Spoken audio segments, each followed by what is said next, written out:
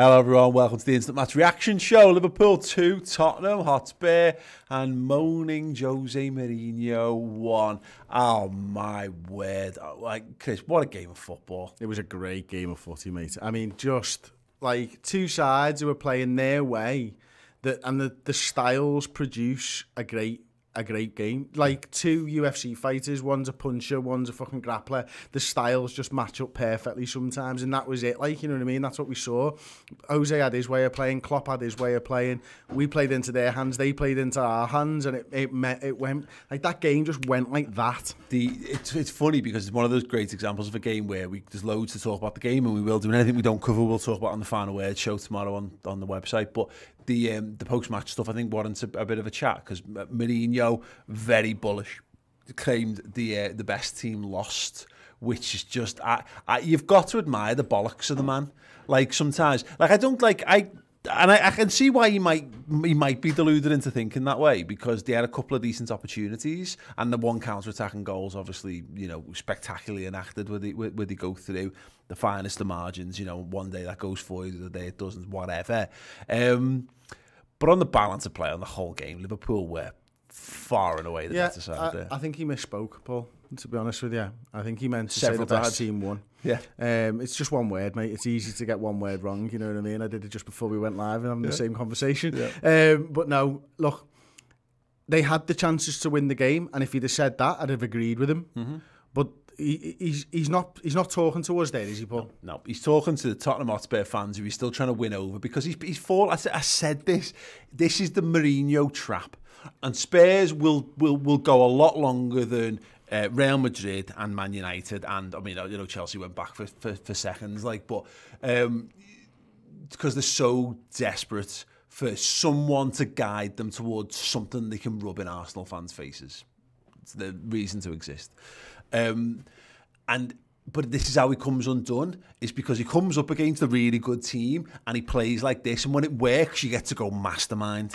When it doesn't work, you've either got to fucking face it up, which he'll never do, or you say nonsense like the best team lost, and it's like how people who read the Sun and the Daily Star and as their only news outlets have like their opinions pushed towards particular ways, because if you can get a lot, you know, a lowest common denominator of a volume of people on side with just some words, then you can buy yourself a load of time, and that's what Mourinho does. He's playing to people who blindly believe everything that comes out of the manager's mouth. We've seen it before, so it's just fucking blindly obvious to us. But yeah, it is. I also think there's another layer to it as well. I don't think he's just preaching to the Tottenham fans. I do think he's stealing his team. First of all, he's protecting his team, and we've seen him do that for years at Chelsea, deflecting, making sure no one talks about it and all that type of stuff. But he's also stealing his team for a fight. Like the interviewer just kept saying to him, are you in this? No, we're concentrating on the next game, blah, blah, blah, blah, blah. He knows full well they are, or he thinks they are. You know, whether they are or they're not, he thinks they are good enough to go and challenge us and stuff like that. And he's making sure that the lads know that in a roundabout way as well. So it's very clever, and he's already starting the war for the next game. And he's already trying to get into Klopp's head, and he's already trying all these little mind games. He's going to need them all because we're the better side. Yeah. So he's got to try these things. And I kind of respect it. No, I say like, he plays the game, and he knows how the game's played. He is.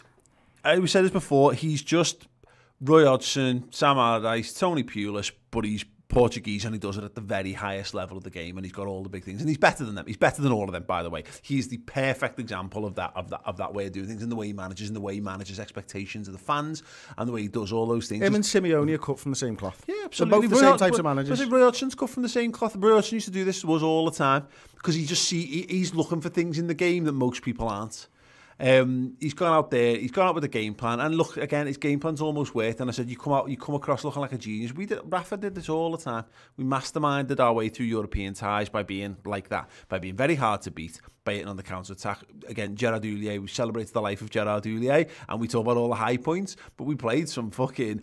We didn't play scintillating football a lot of the time with Gerard Houllier. We made ourselves very hard to beat, and Michael Owen would go and score a winning goal for us down the other end. Spurs have got a bit of that going for them. I keep saying this, nothing wrong with that. You know, we love this like idealised world where everyone goes hand in hand and skips through the meadows, play, you know, while everyone plays wonderful brands of football and the team with all the best players goes and wins every single time. We love that. Yeah. But you've got to have a bit of light and shade, haven't you? Yeah, to be honest, I think Barcelona did that at their absolute peak. Most of the other sides that have conquered Europe over the years have a little bit of everything in them. You know, Bayern have steel as well as skill. Liverpool have steel as well as skill. That's the difference between... I don't think you can win a Premier League by counter-attacking anymore. You can, but not in a league where a prime Liverpool exists or a prime Man City exists or a prime Man United exists, because they're teams that have got everything. They can play counter-attacking football, but they can play possession football. And so I was never worried about Tottenham. And when the game started, even when they equalised, I was never worried. For a start, because a draw was a fine result for us, but also because we play good football.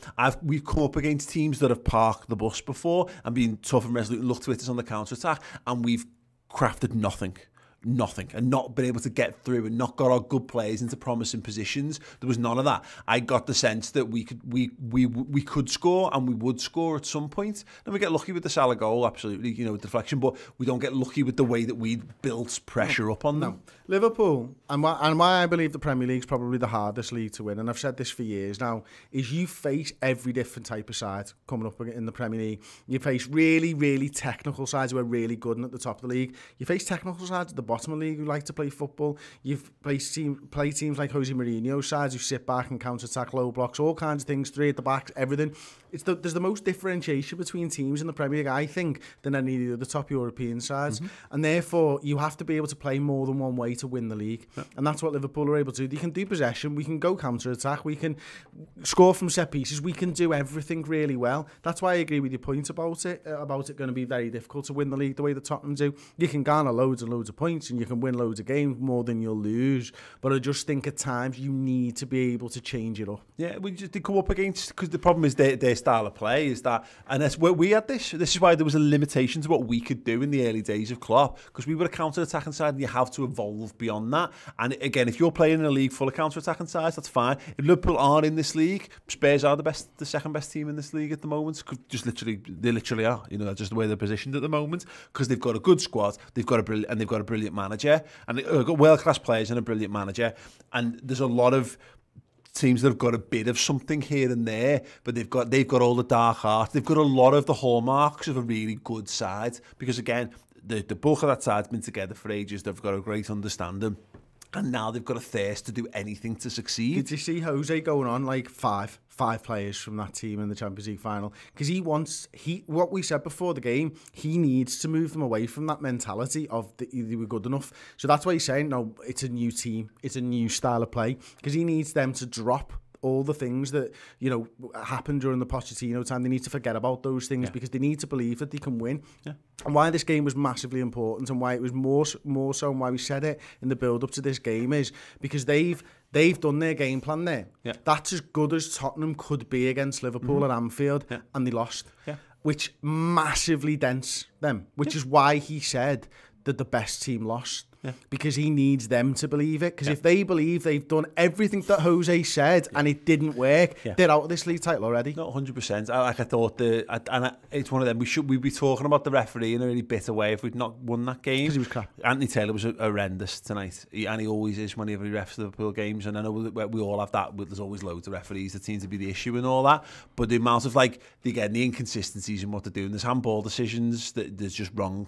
There's one that it's Dyer's arm. Mane gets penalised for one that he heads down from here to his arm. There's another one that they have, with the guy as Sissoko kicks it up into his own hand, which is outstretched in this thing, which he gives none of. Mane battles against against Aurier. As you said, it comes a great battle at that, but he comes out on top of it in the end because he's phenomenal. And we had all that to contend with. And as you say, this is a Liverpool side that's missing so many players, and we reached the point, and I'm sure the point to be made about like the substitutions, no substitutions from Jurgen Klopp, so it certainly doesn't help his case, but I can understand it. We said it with Naby Keita's not played. You can't throw. I don't. He doesn't trust these lads to throw them in for a couple of reasons, match sharpness and all that. But obviously they've not played football to be back to a level of fitness. This is a Tottenham Hotspur team who've got everyone fit and they're able to rotate. Or if they're making choices about who to start in this game. Liverpool had no choices. Liverpool had a choice between a 19-year-old centre half or a 23, 24-year-old centre half who's a championship standard centre-back to play in that game. It was the Sophie's choice of who you put in, two lads who aren't good enough to really play in this game. That's not to say Reece Williams. By the way, Reece Williams had a fantastic game, all told. But this is the thing. Who are we going to play in midfield? Again, Oxlade-Chamberlain's not played. You don't know where he's at. Same with Keita. So we had the same midfield three again. We know more options for the front three who were fit and ready. So we had to play that same front three. And I completely agree with your point. It's totally spot on. This wasn't the best Liverpool. And we could have beaten them far more comprehensively than we actually did on the night, which is should be far more damaging to them and a far bigger boost to us.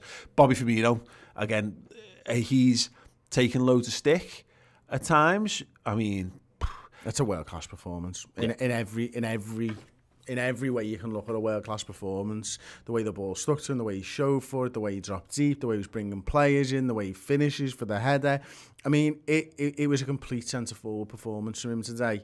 And I'll tell you what, when you compare the two centre-forwards, Bobby Firmino and Harry Kane, I'll take Bobby Firmino all day on that performance. I watched Harry Kane's performance there, and he looks like a goal scorer who's doing a performance as a creative second striker. Bobby Firmino is a fucking artist who does an impression of a goal scorer sometimes, scorer of great goals, not a great goal scorer kind of thing.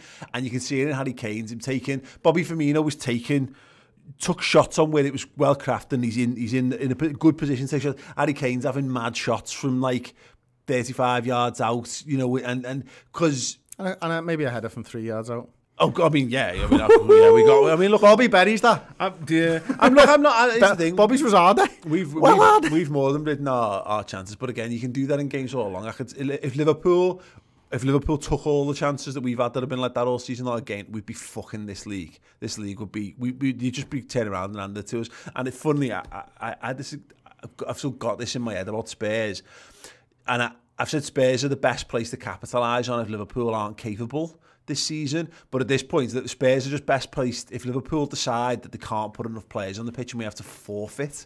That's the only way I can see Tottenham Hotspur winning the league at this point. That's not to say we don't get loads more and we don't end up in a shocking situation, but it just looks like, and we'll see, the next two games definitely getting to the end of the year are going to be pivotal. Crystal Palace away, we saw how difficult that can be. We've experienced that time and time again. It's going to be hard there just from the fact that he's got to rotate somebody. I think he's got to rotate somebody, and I wonder whether it was a case tonight of, I think maybe Kurt tired slightly more than Henderson and Wijnaldum. Yeah. Gini Wijnaldum got better as the game went on. Everyone's getting tired and he gets better. It's an incredible thing. So give the man a contract.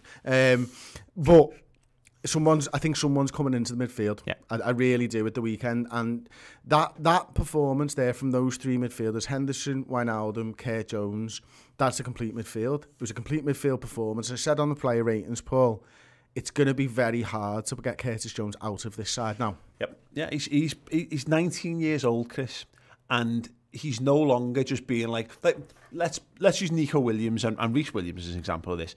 Circumstance has given all three of those lads game time this season that are, in an ideal world, they would have minimised. Kurt would have had more, naturally, because I think he's just further along in his development, but none of them would have played the amount of minutes than they've played if we just had our senior lads fit. Curtis Jones is now at a point where he's the best player. I could strongly make a case that he was our best midfielder tonight. I could. I mean, I could equally make it with Gini Wijnaldum, or I could make a case for Jordan Henderson. But what I mean is, he was so good that we could do 15 minutes on Curtis Jones, and we probably will do on the final word tomorrow because it was excellent. He's not just plugging gaps anymore. That's our biggest game of the season against a team that defends deep, loads of experience, the best defence in the league this season we've just gone up against. And he was pulling the strings, 19 years old. If he only stays this good, we will have a brilliant midfielder on our hands for as long as he wants to be a Liverpool player. Which is forever. Yeah. I can't see how he doesn't. Like, he's improved in the last 3 games that he's played. Yeah. Imagine what he's going to be like when he finishes the season and has a summer off. Mate, I was asked this question. I did something with the South African COP fan club before the game and stuff. It was really cool, actually. We did like a little webinar and stuff like that. And they asked us a question of like, how high do you think the ceiling of this team is? And I was like, I don't know, because I don't think we've hit it yet. You know what I mean? And I kind of think the same of Kurt Jones. Like, I don't know. I don't know how good he can be, because right now he's 5, 6, 7 years away from his best. Huh. I mean, and he's playing at this level right now. Are you kidding me? Yeah, no. You're taking the absolute piss. We've got another one. How many games has he played in the Prem? Less than 20? Yeah. Wow. Yeah. Absolutely, he's wow. Yeah, exactly. And just briefly on the other lads, particularly Reece Williams, I thought there was a couple of sticky situations there, but you can see again he's not phased. Like a young lad there, you could point a finger at him for a couple of their chances. Of course you could. And I said this during commentary that the Mourinho wanted him to be the top. We should be sat here going, well, we had to play the young lad, and unfortunately, this is what happens when you play young lads in these games, because they're a brilliant team and they targeted him and they got the better of him. Now, Reece Williams, when he could have faded and he could have like got into himself a little bit, he was stepping out the back line, he was winning headers, he was bringing the ball down, he was playing it out. I got, again, another performance where I would, if you came to this Liverpool game and you didn't know any of the stories or any of the players and you just read the names or whatever, you wouldn't know he was a 19-year-old lad who'd been playing conference football a season ago. And made up absolutely, it was a big call to put him in this game, huge. And he absolutely vindicated absolutely it. Huge, mate. And listen, there was errors. There's always errors. There was errors by every player on the pitch. Yeah. But he stood up to the challenge today, and he showed himself, and he read the game well, and he stepped up at the right time, and he dropped off at the right time. And yes, they had a couple of chances off some poor thing, off a couple of poor decisions and stuff. But my word, he's literally playing the best front two in the league at the moment. In those, he won't have come up against a front two like them two ever in his life. Ever in his life. Maybe in training. He plays a 3. There's just no chance. We've got 4. Yeah, that's true. Not the minute. But there's just no chance, and he just stepped up and he dealt with it, and he when he did make a mistake, it didn't stop him trying to get the next one right. 100%. We got Shaz, who's joined as a club legend here on YouTube. Thank you so much, Shaz. We got some super chats we want to get through as well, which is a big thanks, of course, to you guys. Pritz with £5 says, go watch Expressions, watch along 1 minute, 2 hours and 1 minute. If you want to laugh, we'll do that in a little bit. Cy Banstead, there was more salt from Mourinho than a pack of pretzels. Absolutely. Fucking dry in your mouth as well. Oh, yeah. The Invader 97, €549. Thank you. Think Curtis Jones has an outside chance of going the Euros in the summer? Outside chance? No, I... He's their second best midfield after Hendo. No, I know. I made up that Jack Grealish is there, and all the public are going to be desperate for Jack Grealish, even though Gareth Southgate doesn't like him, and James Maddison's going to be doing it. But all these lads are just ahead of him. I hope to God that Curtis doesn't get picked for the Euros this year, that he gets to finish this season, have a big break, have a big mental break, because my God, he's going to be a monster when he comes back. Absolutely. Rabba Dam 20 Knox says, is there a centre-back better than Fab in the Premier League currently? That's a great question. Mate, I was saying this on the play ratings, Paul. Like, you're going into the game and you're talking about the 19-year-old kid who's a centre-half, and you're not talking about the fact that we're still playing a DM alongside him. That's how good Fabinho's been. That's our... Bear in mind, what we've established is that's our 4th choice centre-half is Fabinho. And then it's the pecking order's changed slightly throughout, because now, like, Reece Williams is slightly higher up the pecking order. But going into the season, I would still have it that he was probably... Of our young players, he was second. He was probably 3rd in the pecking order of our young players, which makes him possibly our 7th choice centre-half. And we've just gone up against the aforementioned best strike partnership in the Premier League this season. And you look, they got changed. We did ride our luck. You know, it was not impregnable. It was not impenetrable by any set. Good teams are going to cause you problems at some point during the game. That's why they've got so many goals. But yeah, so good. Just before we leave the centre back talk, I've got Twitter on my phone, Paul. Oh wow! It's this app. full of a lot of angry people, just but never after miserable. results like this, to be honest with you. But a good friend of ours, Aubrey, tweeted, I'm not saying that we shouldn't buy a centre-back, but if we were currently linked with a 19-year-old centre-back who played in Germany, Spain, or half of the Prem, and had played as well as Williams had, we'd be excited for him to be fourth choice. Yeah, completely agree with that. And Thuko Underlove says, get the measuring tape, folks. Number 1. Oh, yes. Has he unlocked something there? JB Loudon. What a performance from our very special mentality monsters. We never lay down and die. Care, just wow, and Reece so assured. So pleased for Bobby. Yes, what a pleasing game for us, for you, watching at home, for Liverpool fans around the world, and especially for those who got into the ground tonight. I'm so jealous. But yeah, just absolutely brilliant. What a performance, what a team, and yeah, what a time to be a Red, and what a time to be a subscriber to the redmentv.com. We're doing the final word tomorrow. Me, Chris, James Sutton, me dad, for an hour talking about the top of the table Reds. You can come and join in, get involved with that show. It is it's going to be absolutely brilliant. Can I pick one more comment to end us out? Go on. Nick Zvanout, Liverpool, top of the league. Correct. 100% correct. Yeah, we hope to see you there. Do go and sign up to the redmentv.com, of course. Get all of our extra content and get tomorrow's final word show. And if you're a Club Legend subscriber on there, you get to win the chance to win our Jordan Henderson signed Champions Tee and our signed John Barnes limited edition print as well. Plenty of amazing stuff going on. Least of all, just the Reds being, as said there, top of the league. All the best, everyone. See you tomorrow.